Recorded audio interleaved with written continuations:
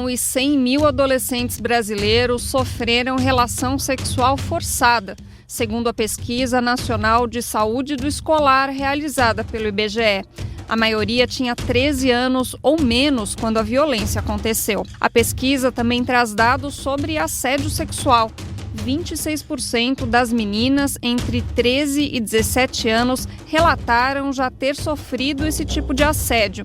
Entre os meninos, o índice ficou pouco abaixo de 11%. O levantamento entrevistou estudantes do 7º ano do ensino fundamental até o 3º ano do ensino médio. Os números jogam luz sobre um problema que costuma ficar escondido e mostram que o abuso sexual de crianças e adolescentes é uma realidade muito mais comum do que se imagina. O BDF Entrevista de hoje pergunta: a sociedade brasileira normaliza o abuso de menores de idade?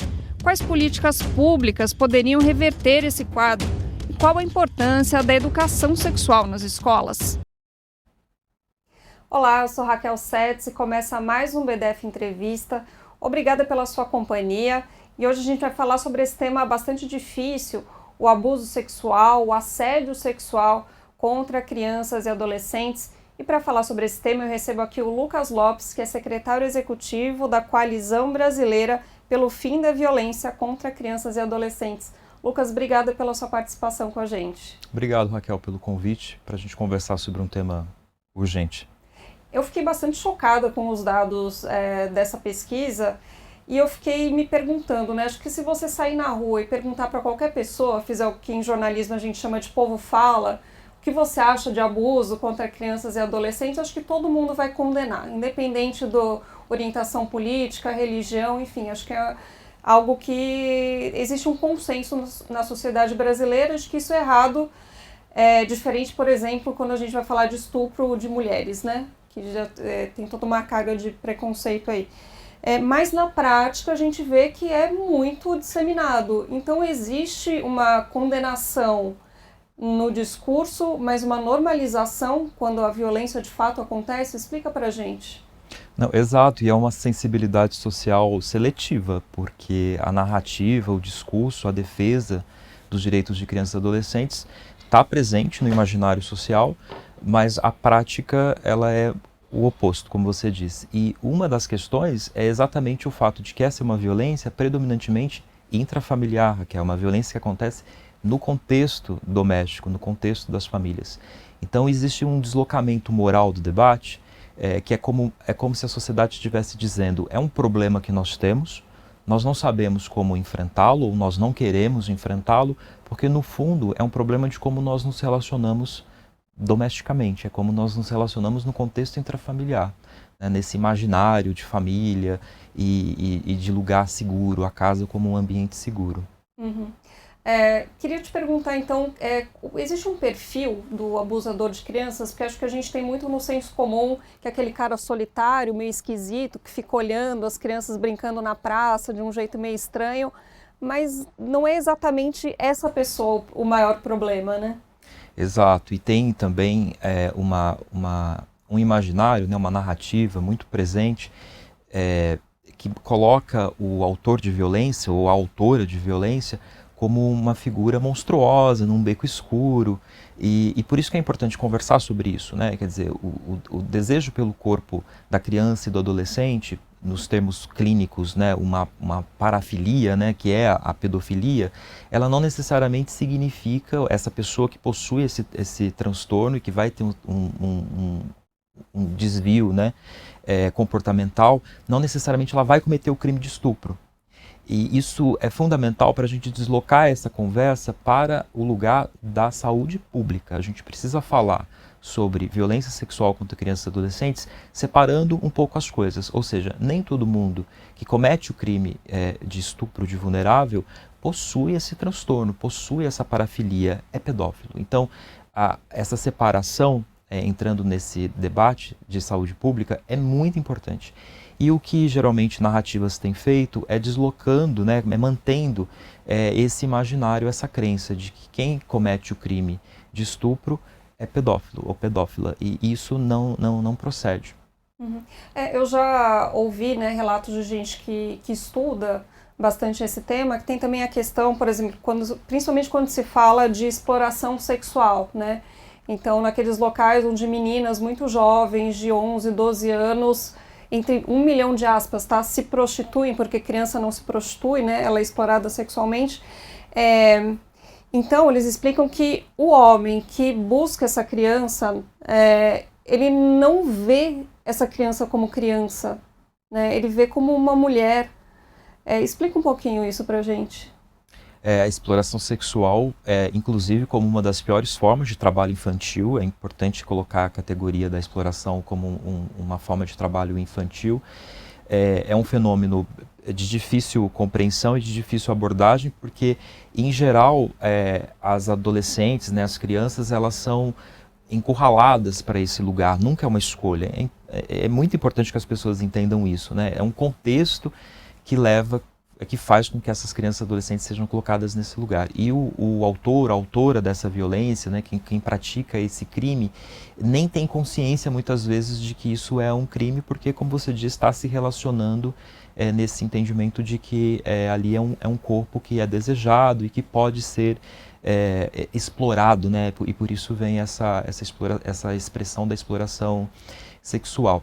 E também é importante não criminalizar as famílias, porque muitas vezes se tem o entendimento de que é responsabilidade da família, que a família, sim, tem que ser responsabilizada, mas por isso que apoio a quem cuida, né, o apoio para as famílias é fundamental para vencer essa questão da exploração sexual de crianças e adolescentes. Agora, do ponto de vista legal, não importa se a pessoa entende ou não entende, se compreende ou não. É um crime, precisa ser repreendido, precisa ser responsabilizado, e essa criança, adolescente, precisa ter acesso ao atendimento emergencial, quando necessário, mas mais do que isso, precisa ter acesso à justiça, né? Essa questão o Brasil ainda precisa encarar com mais seriedade em termos de política pública. Então, e aí pensando, né, nas políticas públicas para lidar com esse problema, tanto da exploração quanto desse abuso que acontece muitas vezes dentro de casa, qual que é a importância da questão econômica? Acho que quando a gente fala de exploração fica mais claro, né? Geralmente são famílias muito pobres que acabam, né, empurrando, como você disse, essas crianças para exploração sexual, mas também quando a gente fala do abuso dentro de casa, então, por exemplo, se o pai ou o padrasto é o abusador e ele é o único provedor da casa, isso também dificulta, né, a denúncia. Então, qual que é a importância também da questão econômica para lidar com esse problema? É o que a gente conhece de evidência globalmente testada, que são os programas, a importância dos programas de apoio às famílias. Então, por meio de transferência de renda, por meio de programas de inclusão produtiva ou de geração de renda. E esses programas sempre associados principalmente às mulheres. Por conta dessa barreira, dessa jornada de quem denuncia. Raquel, para fazer uma denúncia é um trajeto muito difícil.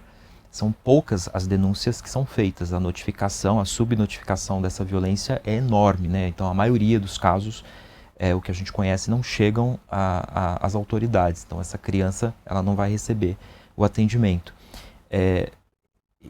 Depois a gente vai falar sobre a jornada pós-denúncia, que tem uma série de questões e de problemas. Mas os programas de apoio às mulheres é fundamental. Então, assim, o enfrentamento à exploração sexual e à violência sexual contra crianças e adolescentes, todas as violências sexuais contra crianças e adolescentes, precisa andar de mãos dadas com o enfrentamento à violência doméstica. Porque, em geral, né, mulheres também cometem o crime, mas predominantemente os dados mostram que é uma violência praticada por homens e pelo cidadão mediano, o cidadão que está acordando às 5 da manhã para trabalhar, né, naturalizando a figura, né, de que não é aquele monstro que o imaginário às vezes tenta colocar. E é importante os programas de apoio às mulheres. A gente está falando aqui dos programas de renda, mas os programas de parentalidade também, os programas de visitação domiciliar são muito importantes, os programas de promoção da dignidade menstrual ou de combate à pobreza menstrual de meninas, e os programas de educação protetiva, né, ou chamada educação sexual. A composição desses programas é que ampliam os fatores de proteção, que a gente chama, e que podem reduzir os fatores de risco. E isso é muito importante porque, em geral, quem faz a notificação, quem faz a denúncia, que depois vai virar uma notificação, são as mulheres, né? Mas a jornada de chegar à denúncia, ela é muito difícil, e a jornada pós-denúncia é muito mais complicada, e a gente acho que vamos conversar um pouco sobre isso também. Sim, já vou emendar. Então, conta um pouquinho, né? Como que acontece o fato até chegar à denúncia, qual é o caminho percorrido, e também após a denúncia, né? O que acontece. Em geral, nós temos trabalhado sempre estimulando a população a fazer a denúncia. Então, assim, sob qualquer suspeita, não é preciso ter a confirmação, não é o papel de ninguém em ter certeza. Então, assim, diante de uma suspeita de violência, é preciso fazer a denúncia. Os canais estão aí, o Disque 100, os conselhos tutelares, assim por diante. O Brasil tem muitas portas de entrada de denúncias, né? Então, muitas vezes acontece através da escola, que identifica ali alguns sinais comportamentais e assim por diante. Mas, uma vez feita a denúncia, existe legalmente, na letra da lei, todo um sistema de garantias da criança vítima ou testemunha de violência, que é a Lei 13.431 de 2017. Veja, é uma lei que vai completar 10 anos. Então, há 10 anos nós estamos tentando implementar um sistema que, na prática, e de forma muito clara e rápida e objetiva, quer promover a não revitimização. Ou seja, antes, essa criança contava cerca de 7 a 10 vezes o que ela sofreu, para diversos atores ali do sistema, até chegar na justiça e assim por diante. E essa lei estabelece que, uma vez que ela fez, que ela contou, que ela tem a narrativa, esse documento, essa versão da criança vai valer durante todo o processo, em linhas gerais, para quem nos assiste compreender aqui de forma geral a lei. É um desafio de implementação gigante. Então, por isso que a gente tem trabalhado que a prevenção à violência sexual, às violências contra crianças e adolescentes, é onde nós devemos investir. Porque depois que essa violência acontece, depois que ela atravessa o corpo dessa criança, desse adolescente, é uma jornada traumática, quase sempre, nessa violência sempre traumática para a criança e para o adolescente, e de difícil acompanhamento e de difícil superação, por todas as limitações que o sistema de garantias da criança tem, por todas as dificuldades que os municípios têm, por todos os vícios que existem no sistema de justiça, todos os problemas que a gente tem ainda em conselhos tutelares. Então, a gente estimula a denúncia, mas a gente sabe que muitas vezes essa mulher que faz a denúncia, essa criança vai ser ouvida e ela vai ser devolvida para casa, onde está o autor exato de violência. E aí a jornada dessa mãe e dessa criança se torna muito mais difícil, né? A vida se torna muito mais difícil. Então, legalmente, as soluções estão postas, mas a gente precisa avançar para implementar de fato essa lei. E isso desestimula muito as denúncias, porque as pessoas, primeiro, não confiam nos canais de denúncia. Quando confiam nos canais de denúncia, a criança às vezes recebe a perícia, recebe um atendimento, mas ela é devolvida para o contexto familiar.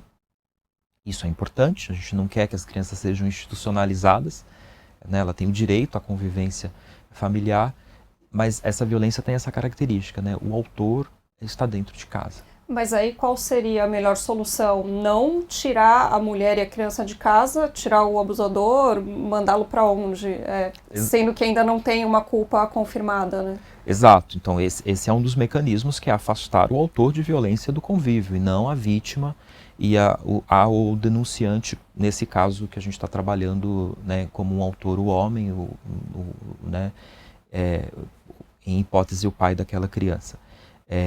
Esse é um caminho importante, mas na prática não é, em geral, o que infelizmente tem acontecido. Isso, nesse caso hipotético, idealizado, que a mãe conseguiu, a mãe, né, a criança fez uma revelação espontânea, ou a mãe desconfiou e cumpriu o seu papel, fez a denúncia. Você já comentou, Raquel, um pouco antes, sobre outras barreiras para que a denúncia aconteça, e uma delas é, sim, a dependência financeira, e por isso a importância dos programas de apoio a essas mulheres, e também, que está muito vinculado à violência doméstica, às vezes o que alguns chamam de dependência emocional, né? Mas essa dificuldade também da mulher reconhecer que ela está sendo vítima de uma violência. Isso ajuda a manter o ciclo de violência e a invisibilizar a violência contra os próprios filhos, infelizmente. Uhum. Essa pesquisa PENSE, né, ela também traz dados sobre assédio sexual, né, de crianças e adolescentes. E assédio a gente sabe que envolve muito mais coisa do que a relação sexual forçada, né? Principalmente quando a gente fala de crianças e adolescentes, quais comportamentos que até poderiam ser normais entre adultos, mas que com uma criança já configuram uma situação de assédio?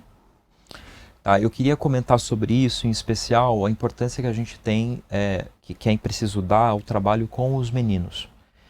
A pesquisa mostra que as meninas estão mais vulneráveis a essas situações, e em grande parte isso tem a ver com as assimetrias de gênero que estão postas e que são reproduzidas. E o papel fundamental da escola para incorporar junto à educação sexual, da educação protetiva, essa educação que consiga dar aos meninos um lugar de segurança para o desenvolvimento das suas masculinidades, outras formas possíveis de ser meninos, e que ajude a frear esse mecanismo que gera esse comportamento assedioso e que vai mais tarde se desenvolver e que pode mais tarde se desenvolver para uma violência. E na relação entre pares, entre crianças da mesma idade ou de idades semelhantes e de adolescentes, uma explosão de emoções e de sentimentos, e o nosso papel é ajudá-los a entender o que estão sentindo, a dar nome a essas emoções e a vivê-las de forma saudável, né? A sexualidade, o direito à sexualidade, né, precisa ser vivido de forma saudável. E por isso que frear, né, eu tenho usado insistentemente aqui na nossa conversa essa expressão para falar desse caso, frear os comportamentos dos meninos, sobretudo, que vão perpetuar esse ciclo de violência, é fundamental. A gente fala muito de trabalhar com as meninas, de ajudar as meninas a se autoprotegerem, a educação autoprotetiva. Isso é importante, mas nós não podemos esquecer da educação sexual dos meninos. Né? É preciso ajudar os meninos a serem bons meninos, né?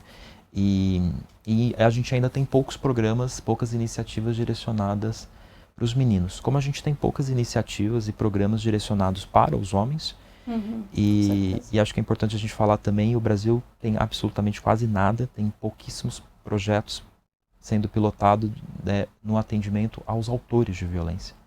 Que é um tema muito sensível, porque a população quer que o autor ou a autora seja responsabilizado, e assim deve ser feito, e a gente aprisiona, né, priva de liberdade como se estivéssemos resolvendo o problema. Se é um problema de saúde pública, a privação de liberdade, que é uma parte importante do processo, não vai resolver o problema. Esse autor, eu sei que já estou emendando aqui em outro assunto, mas para concluir o raciocínio, o que eu quero dizer e se a gente puder falar sobre isso depois, é que a atenção aos meninos, a educação para os meninos, precisa estar conectada também, né, à educação, ao processo de acompanhamento de homens. No caso das violências contra mulheres, da violência doméstica, a gente tem também, né, os estudos mostrando a importância do trabalho com os autores de violência, para além da responsabilização, no âmbito da Maria da Penha, por exemplo. A responsabilização não tem gerado o efeito esperado, sozinha não tem gerado o efeito esperado. E aí, para a violência contra crianças e adolescentes também. É importante a gente olhar para os meninos, e quando esses meninos mais tarde se tornam autores de violência, que é a sensibilidade social seletiva, né? Nós queremos educar os meninos, mas nós queremos apenas puni-los quando eles se tornam autores de violência. Parece que é um problema que a gente finge, é meio cego, né, para ele. Então, primeiro finge que não está acontecendo, aí quando acontece, joga a pessoa na cadeia e finge que ela não existe mais, né? Não tem um acompanhamento sério, mas eu queria voltar um pouquinho na pergunta que eu fiz, dessa questão do assédio, né? Então, que tipo de comportamento de um adulto em relação a uma criança, um adolescente, pode configurar assédio, coisas mais sutis que, de repente, de um adulto com o outro não seria visto dessa forma? É importante a gente entender que o estupro de vulnerável não é caracterizado apenas pela penetração. né? Então, a exposição de genitálias, né? A insinuação sexual, a vocalização, né? de expressões que insinuem o desejo sexual por crianças, a troca de conteúdos. Por isso que no ambiente digital, né? O estupro não é caracterizado quando há, né, a exposição, né, a geração desse tipo de conteúdo, que a gente sempre corrige, né, não é pornografia infantil, né, criança e pornografia não são palavras que caminham juntas, né, é um conteúdo sexual envolvendo, né, é uma imagem de estupro envolvendo crianças e adolescentes. Essas são, por exemplo, situações que no caso de criança e adolescente sempre vão caracterizar o estupro de vulnerável. Diferente na relação entre adultos, né, pessoas com mais de 18 anos, em que a gente tem essa fronteira entre o que é o assédio e o que de fato chega a ser um estupro. Uhum. E eu queria já emendar na questão da educação sexual, e queria que você comentasse um pouco, porque às vezes é uma linha tênue, né? Então, a educação sexual você vai falar de sexo com a criança, mas é um jeito de falar que não é um jeito de assediar. Você comentou da exposição da genitália, a criança tomar banho com o pai e com a mãe não é assédio, né? Então, como que funciona, né, essas divisões meio sutis aí quando a gente fala desse tema? São sutis e dão margem para interpretações que querem, no fundo, moralizar a conversa, moralizar o debate. Esse ponto que você toca, Raquel, é fundamental. Eu espero responder com a qualidade que a nossa conversa pede aqui, porque é muito importante quem nos ouve que entenda a educação sexual, a educação protetiva, ela não vai acelerar ou ela não vai tornar a criança suscetível ou, como alguns dizem, sexualizada precocemente e por isso exposta. A educação sexual, a educação protetiva justamente vai antecipar a proteção. Então, é importante que as crianças conheçam o corpo, conheçam como ele funciona, saiba os nomes corretos de todo o sistema reprodutor, de toda a genitália. E é importante, principalmente, que as crianças entendam os limites dessas relações que são muito, muito tênues, né?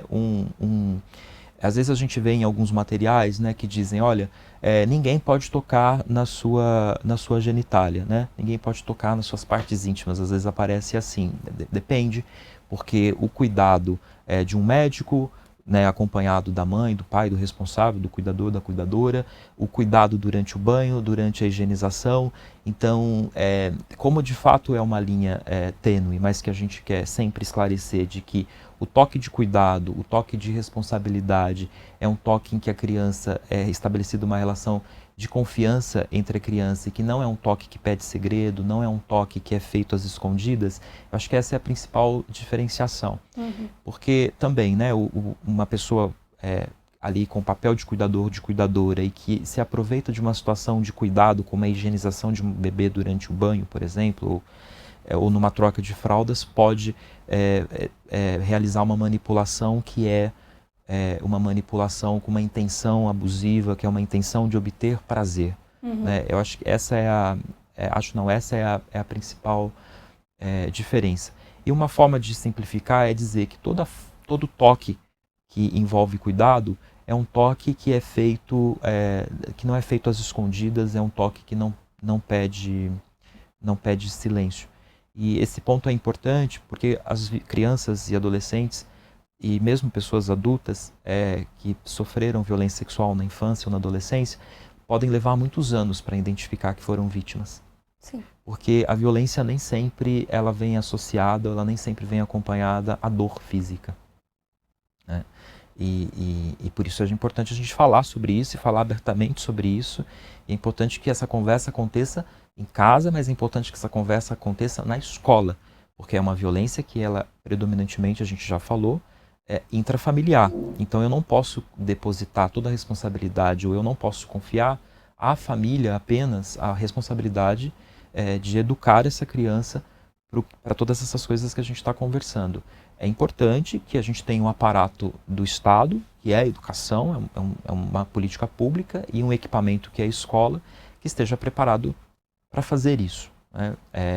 E essa defesa é intransigente de que a educação sexual na verdade, é uma educação para o desenvolvimento do nosso país. A educação sexual tem a ver com a capacidade da população ser feliz, né? E não, de forma alguma, não se tem evidência, não se tem estudo sério em nível global nenhum que vai apontar ou que vai dizer que existem riscos dessa educação para o desenvolvimento saudável de crianças e adolescentes. Queria tocar nesse ponto da escola, que a gente vê ainda um movimento pequeno no Brasil, mas já existe um movimento pelo homeschooling, né? Que é a educação das crianças que é feita dentro de casa pelos próprios pais. É uma realidade que já é amplamente aceita nos Estados Unidos, aí como o pessoal gosta de imitar americano, né, querem trazer isso para o Brasil também. E um dos pontos de crítica é que a criança, se for um caso em que a criança sofre algum tipo de abuso, não só sexual, mas de violência ou violência psicológica dentro da família, no homeschooling ela está sem nenhuma proteção, né? Ela está sem ninguém para, de repente, perceber que está acontecendo alguma coisa de errado. Queria que você falasse um pouco sobre isso, por favor. Esse é o ponto. Um dos limites da educação domiciliar, do homeschooling, que a despeito de narrativas que tentam colocá-lo como um modelo norte-americano bem-sucedido, há controvérsias entre os próprios estudos dos estados que implementaram o homeschooling, então não é verdade que é algo que é bem aceito, inclusive dentro da própria sociedade norte-americana, mas salvo isso, que de fato é importado como uma solução, o ponto principal que a gente tem dialogado com quem defende essa ideia, e aqui é uma chave importante, né? Um diálogo, a gente não faz uma oposição à ideia, a gente dialoga com quem tem essa ideia para mostrar as limitações, mas aberto ao diálogo da possibilidade de que em algumas circunstâncias isso seja de alguma forma minimamente discutido e que a sociedade brasileira decida se é sim um caminho e em quais circunstâncias. Agora, a arbitrariedade de se legalizar a possibilidade de que as famílias escolham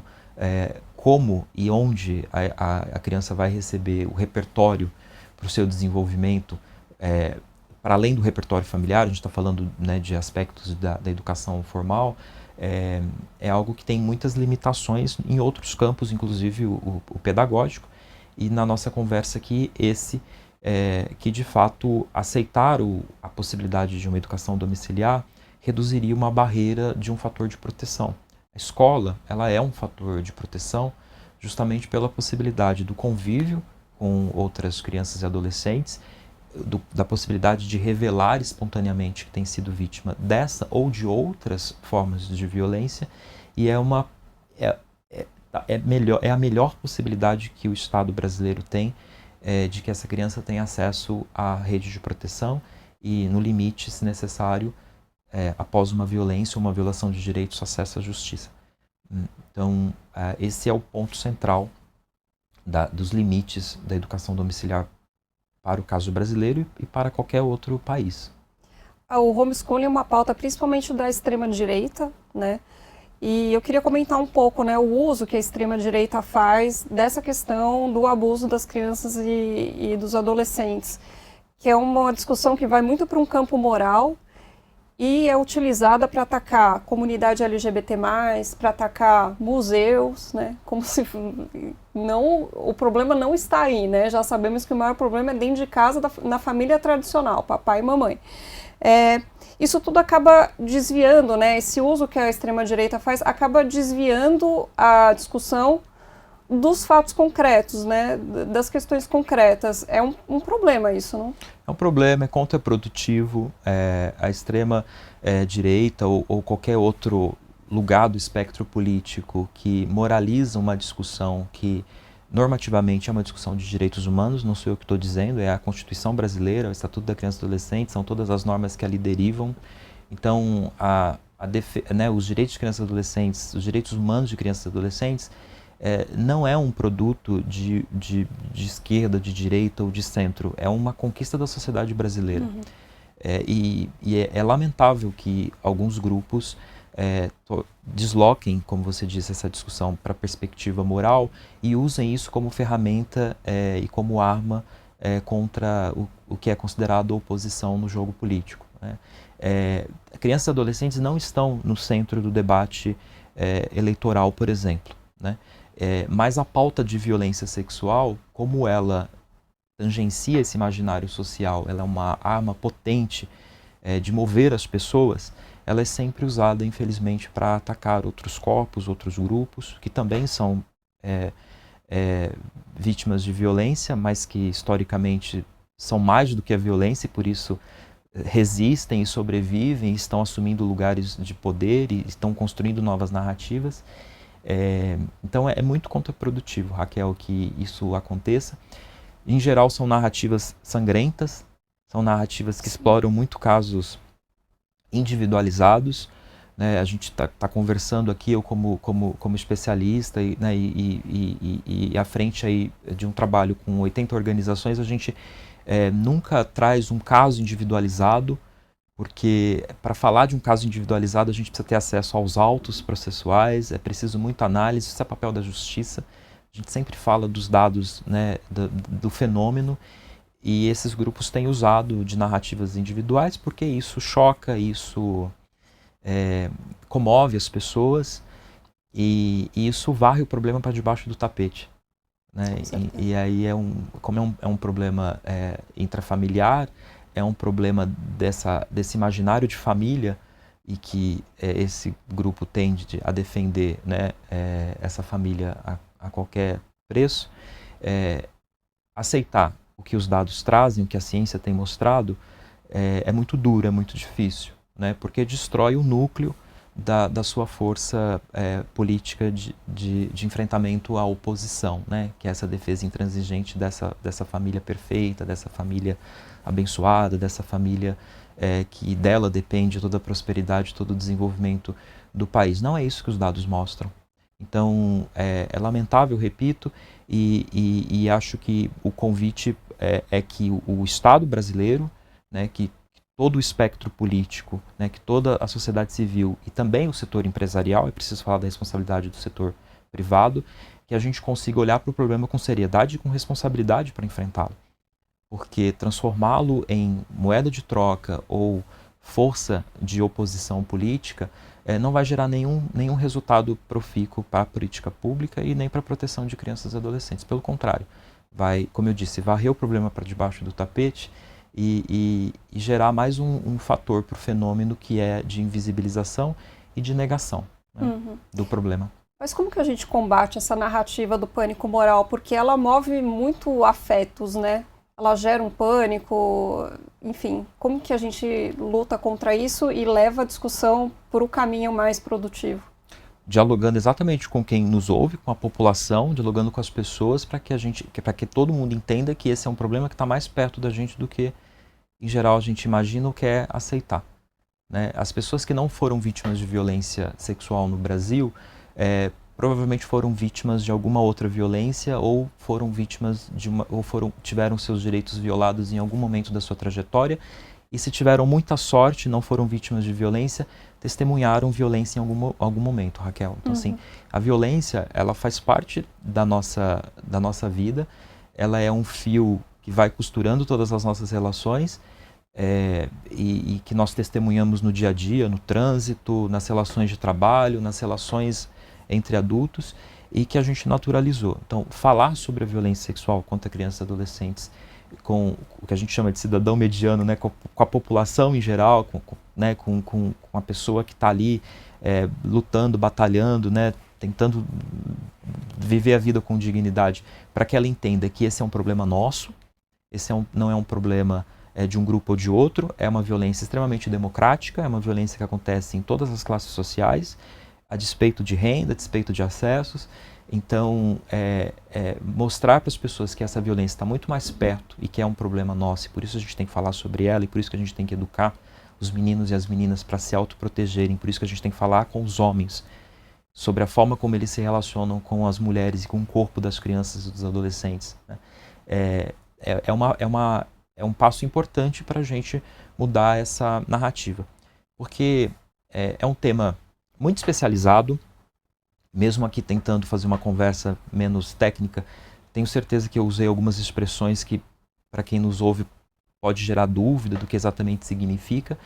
Então, o papel da imprensa, inclusive, né, em tornar esse debate mais acessível para as pessoas, mais fácil de ser compreendido, é muito importante. Esse acho que é uma das formas da gente criar uma outra narrativa possível, que não é naturalizando a violência, mas é naturalizando a conversa sobre ela, para que as pessoas possam falar sobre isso dentro do metrô, para que elas possam falar sobre isso no ponto de ônibus, né, para que a gente possa conversar mais sobre isso com o cuidado e com a responsabilidade que o tema precisa, mas que não pode ser uma conversa feita em segredo, né, como em geral acontece. Nenhuma família que tem uma situação dessa vai conversar sobre isso num domingo de almoço ou num domingo ou num jantar de Natal, né? São conversas que são feitas costuradas, né, com muito cuidado e que levam anos, às vezes, para uma família poder, talvez, uma mãe e uma filha conversarem e dizer, olha, aconteceu, eu sei, faz muito tempo e infelizmente eu não pude fazer nada e assim por diante. Então, como é que a gente torna essa conversa difícil uma conversa mais corriqueira, né? Tudo que é desconhecido é mais difícil de enfrentar. Muitos tabus, né? Queria comentar uma outra questão. Acabou de ser aprovada a Lei 15.353 de 2026, que reforça o entendimento de que qualquer relação sexual com menor de 14 anos é crime. Foi muito puxado essa questão por aquele caso de um homem de 35 anos que abusou de uma menina de 12 e o juiz entendeu que eles tinham um relacionamento, então ele foi absolvido.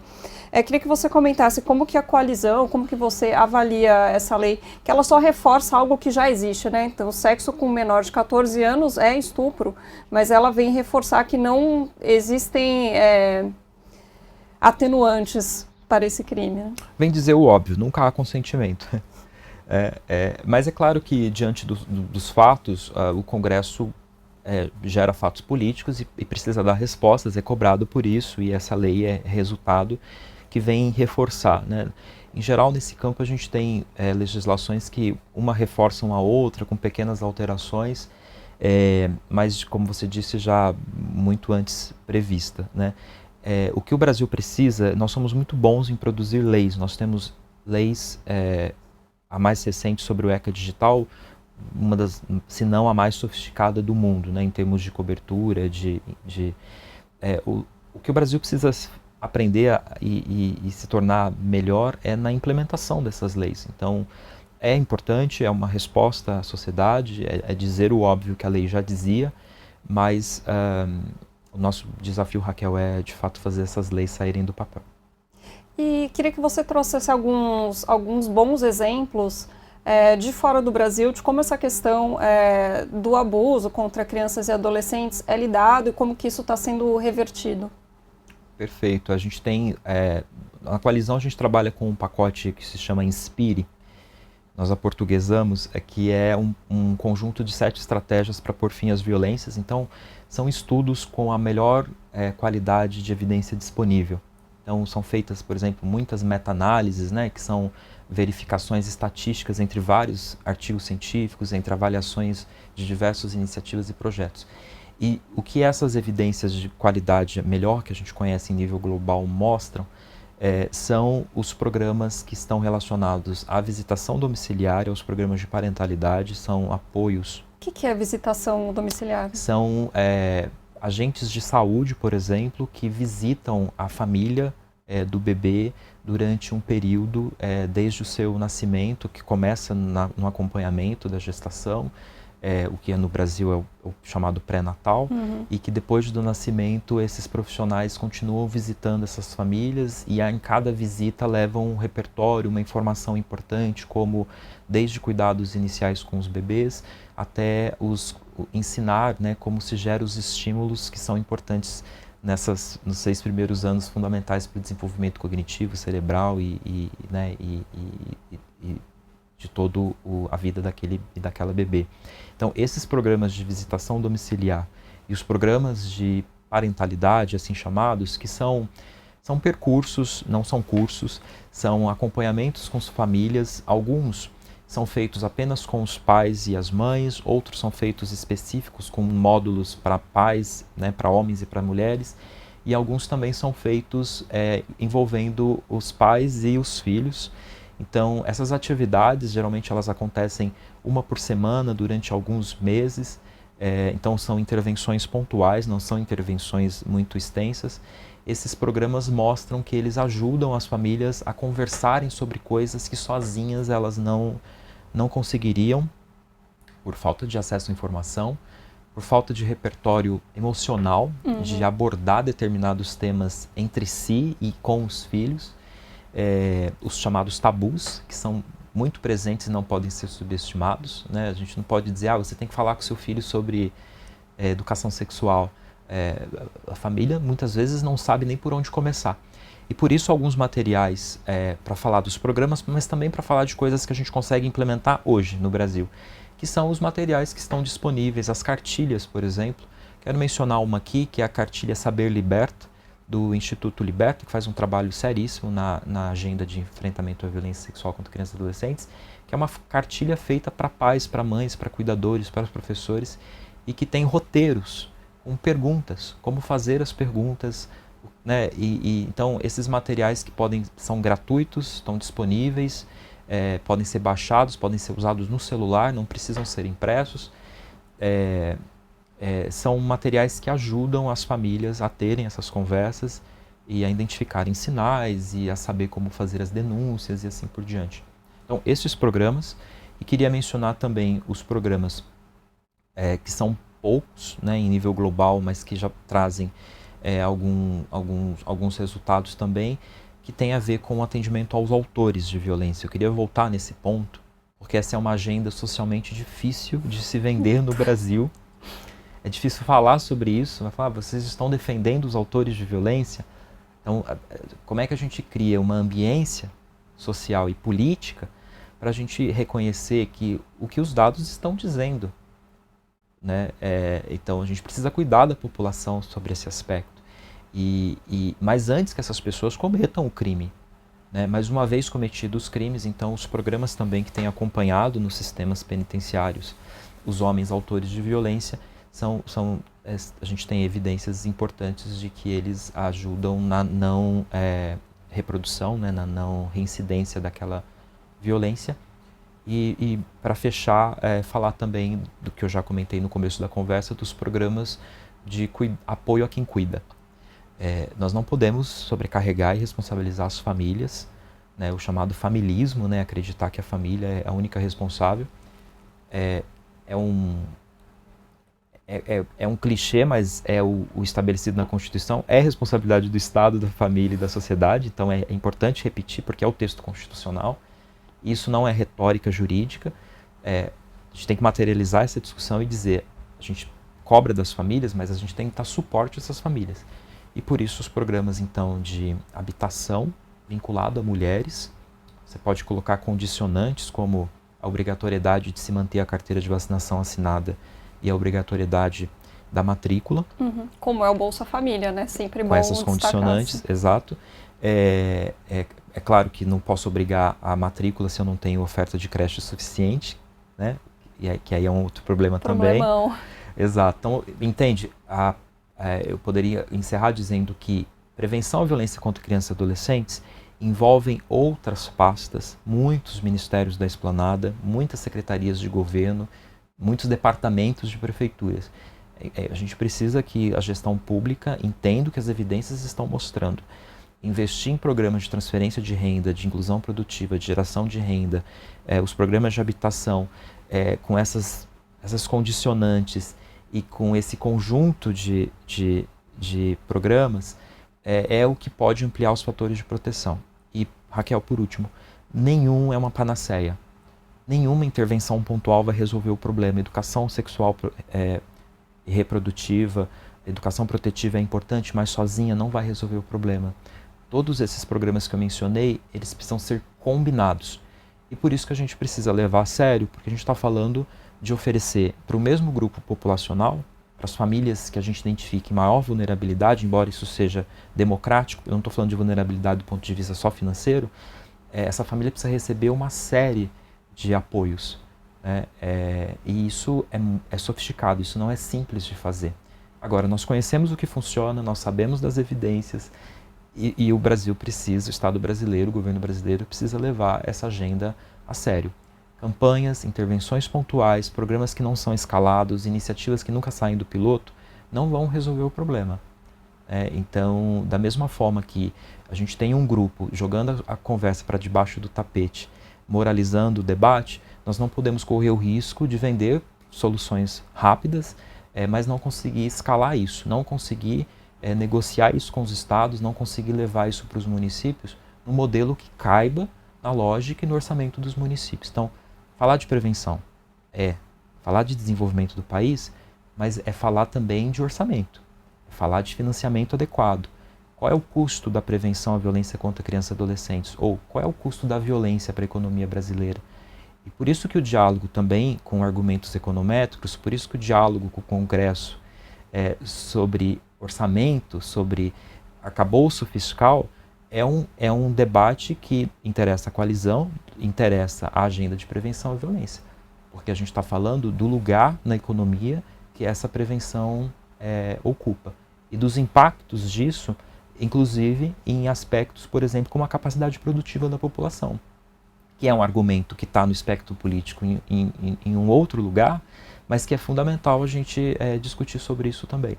A violência não só impossibilita que as pessoas sejam felizes, a violência também impossibilita que o país se desenvolva, né? Porque adoece as pessoas, isso tem impactos, inclusive, como eu disse, na capacidade produtiva. Isso quem está dizendo é a Organização Mundial da Saúde, isso quem está dizendo são as evidências que a gente trabalha em nível global. Lucas, super obrigada por essa conversa, para a gente falar desse tema de um jeito sério, com responsabilidade. Super obrigada pela sua participação. Viu? Agradeço o convite. A gente encerra assim mais um BDF Entrevista. Obrigada pela sua companhia e até a próxima. Tchau.